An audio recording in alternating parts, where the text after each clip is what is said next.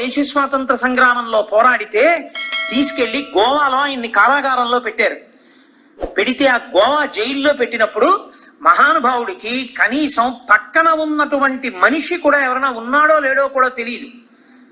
అది కూడా గది ఎంత గది అంటే ఆయన పొడుగు చూసి ఖచ్చితంగా ఆయన కాళ్ళు తిన్నగా జాపి తలపెట్టుకుంటే సరిపోవడానికి వీలుండదు గది. కాబట్టి ఎప్పుడూ కాళ్ళు జాపుకు పడుకోవడానికి వీల్లేదు. ఒక్క మాట మాత్రమే వస్తాడు ఒక వ్యక్తి, ఆ గదిలోనే మల విసర్జన చెయ్యాలి, మూత్ర విసర్జన చెయ్యాలి. చేస్తే ఆ మల విసర్జన చేసినటువంటి మలాన్ని ఎత్తి ఓ బుట్టలో వేసుకుని వెళ్ళిపోతాడు, ఏమీ పలకరించాడు.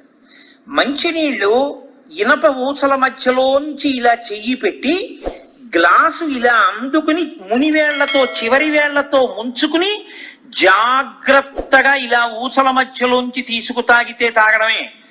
గ్లాసు కింద పడి దొల్లిందో ఇక మళ్ళీ అందించడానికి రేపు మలమెత్తేవాడు వస్తేనే ఇక గ్లాసు ఉండదు.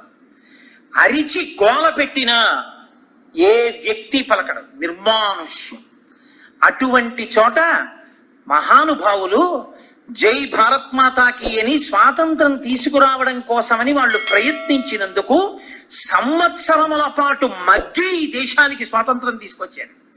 అటువంటి స్వాతంత్రం లంచాలు పుచ్చుకోవడానికి, వ్యవస్థల్ని నాశనం చేయడానికి కాదు, మనం దేశ గౌరవాన్ని దేశ ప్రతిష్టని ఇనుమడింపజేయడానికి. When there are so many good people in the country, why should there be a bad governance? ఈ వ్యాక్యూమ్ ఎక్కడుందో మీరు ఫిలప్ చేయవలసి ఉంటుంది. ఎందుకంటే ఫ్యూచర్ జనరేషన్ మీరు.